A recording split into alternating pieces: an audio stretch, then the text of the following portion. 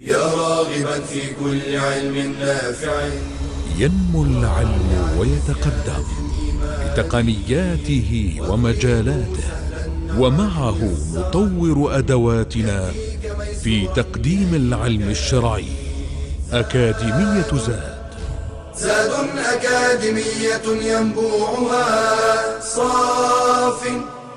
صاف ليروي غلة الظمآن. هذه عقيدتنا الصحيحة فطرة تنفي الشكوك بواضح البرهان. بشرى لنا زاد أكاديمية للعلم كالأزهار في البستان. السلام عليكم ورحمة الله. الحمد لله رب العالمين، والصلاة والسلام على أشرف المرسلين نبينا محمد وعلى آله وصحبه أجمعين. Islamic Creed level 4, and still talking about the subject of al-awliya, the subject that some people get deviated from the truth by having the disease in their hearts that their acceptance of the truth is based on seeing something supernatural or something strange. And as a result of that, many people can deceive those who have these diseases in the hearts and the masses by showing these supernatural things. And as we heard before, that either it's a karama from Allah, an honor from Allah subhanahu wa ta'ala to the people of al-iman wa taqwa, to the righteous ones, or it's from the ways of the shayateen to those who innovate in the deen and deviance and the like of this. And how to protect ourselves from falling into these traps is to be warned against extremism when it comes to dealing with the righteous ones and the awliya of Allah subhanahu wa ta'ala. And we have this in our deen very clearly. So to have ghulu, to have extremism in overpraising the people of knowledge or overpraising the righteous ones or exalting them, or to believe that they have something different in a level other than the level of being human beings, you know, that a person would seek blessings from them. You would find people wiping their hands over other individuals and kissing their feet and all these types of things that is not from the way of the Prophet ﷺ. And Allah subhanahu wa ta'ala forbade us and forbade the people of the book from before not to be in extreme. يا أهل الكتاب لا تغلوا في دينكم ولا تقولوا على الله إلا الحق إنما المسيح عيسى بن مريم رسول الله وكلمته ألقاها إلى مريم وروح منه. O people of the book, do not be an extreme in your religion and do not say about Allah subhanahu wa ta'ala which is not true. Al-Masih, Isa, the son of Mary, is a messenger of Allah and the word of Allah subhanahu wa ta'ala for him to be, and he becomes. So this is the way that Allah subhanahu wa ta'ala wants the believers to believe. The Christians, when they were extreme in praising Isa alayhi salam, they took him in a divine level that Allah subhanahu wa ta'ala is not pleased with that. He is a messenger of Allah and a slave of Allah subhanahu wa ta'ala, an obedient slave to Allah subhanahu wa ta'ala. And the same thing for those who would overpraise some of the righteous ones till they give him some of the divinity or some of the things that is only attributed to Allah subhanahu wa ta'ala. And the Prophet ﷺ warned us, and he said, إِيَّاكُمْ وَالْغُلُوُّ, be warned against al-ghulu, extremism in matters of the deen. Because indeed what destroyed the nations before you is al-ghulu fi ad-din, to be extreme in the religion. How to protect ourselves from that? Follow the way of the Prophet ﷺ and how the companions radiallahu anhum, they used to deal with the Prophet ﷺ, and that's the messenger of Allah. But then how did the companions radiallahu anhum dealt with Abu Bakr radiallahu anhu? And he is the top of the awliya. After the messengers of Allah, the best of all human beings after the messengers of Allah is Abu Bakr as-Siddiq radiallahu anhu. Did the companions radiallahu anhum or from the tabi'een, those who didn't see the Prophet ﷺ, would come and wipe their hands over Abu Bakr radiallahu anhu and kiss his feet and do these types of deviant ways? Of course not. So this is something that we have to follow the way it was at the time of the Prophet ﷺ. And the Prophet ﷺ forbade the ummah from extreme that extreme state of overpraising. لا تطروني كما أطرت النصارى ابن مريم. Do not overpraise me the way that the Christians did to Isa alayhi السلام. فإنما أنا عبده فقولوا عبد الله ورسوله. I am the slave of Allah. So say the slave of Allah and the messenger of Allah. And that's the highest level. If you want to praise, this is the perfect praise, to praise a human being, that he is the servant of Allah, that he is the slave of Allah, And of course, the best of all of the human beings is Rasulullah sallallahu alaihi wasallam, because he's a slave of Allah and a messenger of Allah sallallahu alaihi wasallam. And as it's known that one of the first steps for a person to fall into the shirk and associating partners with Allah is this ghulu, this extreme attitude towards the righteous ones.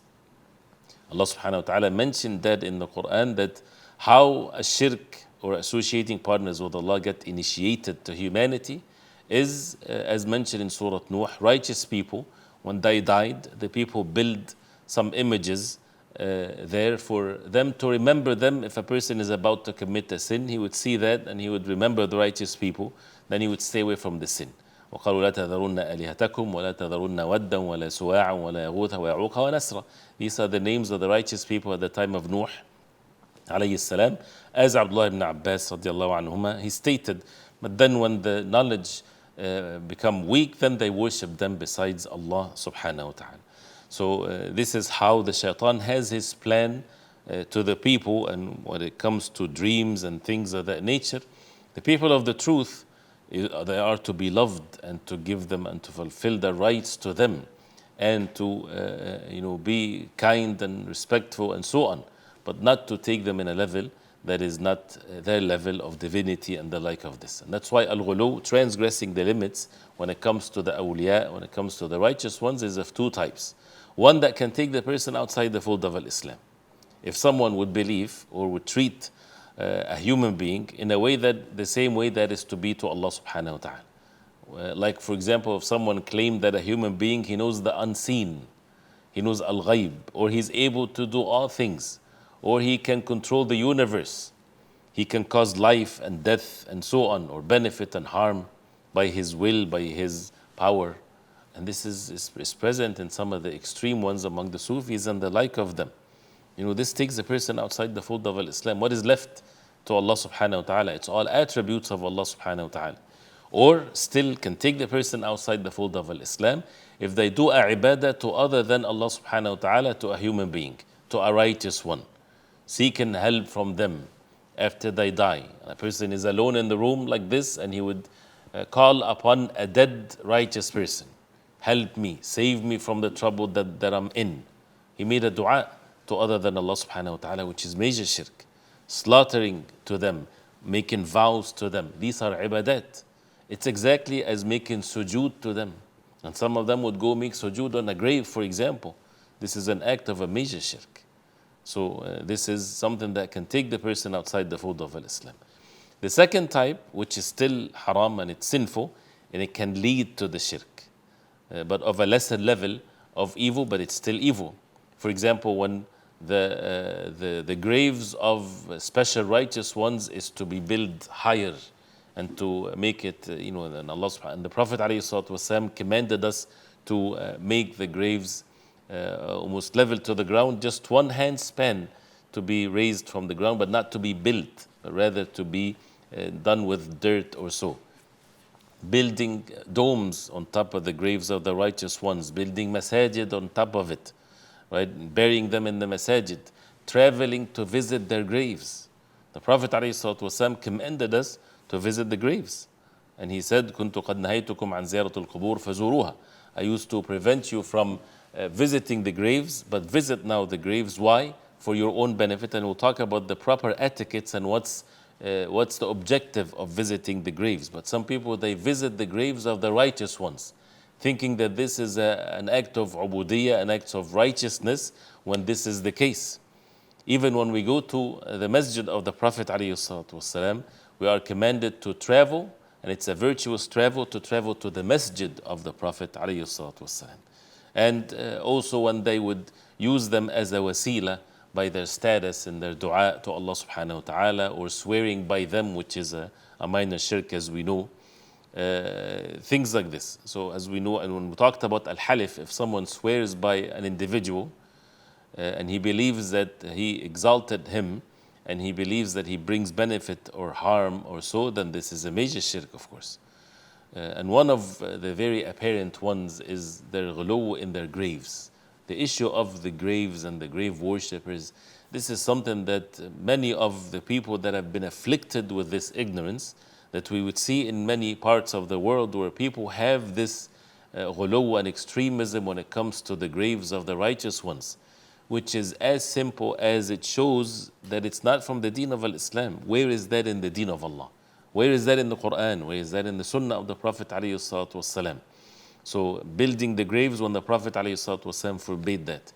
Building on top of it where the Prophet ﷺ himself cursed the ones that do such a thing, and adorn it and things like this, and to stay there. Some people, they go and they sit next to the grave of a righteous one and they say this is a blessed spot. So they would make the dhikr. They don't call upon the dead, they don't ask them for anything, they don't even make dua, they want to sit there to feel comfortable. This is not from the way the Prophet ﷺ. This is all things can lead easily to the shirk and associating partners with Allah. And all of that is by giving so much attention to these things and the graves and so on. Many of the companions radiallahu anhum, we do not even know their graves. And they would die on their way traveling and they would be buried right there. But when people they would give so much attention to spots and graves and things like this, and then they make mawlids by the grave of so and so and things like this. So then it leads them to idol worshipping, which is grave worshipping the graves besides Allah subhanahu wa ta'ala. So this is all as a result of this ghuluw, this extremism.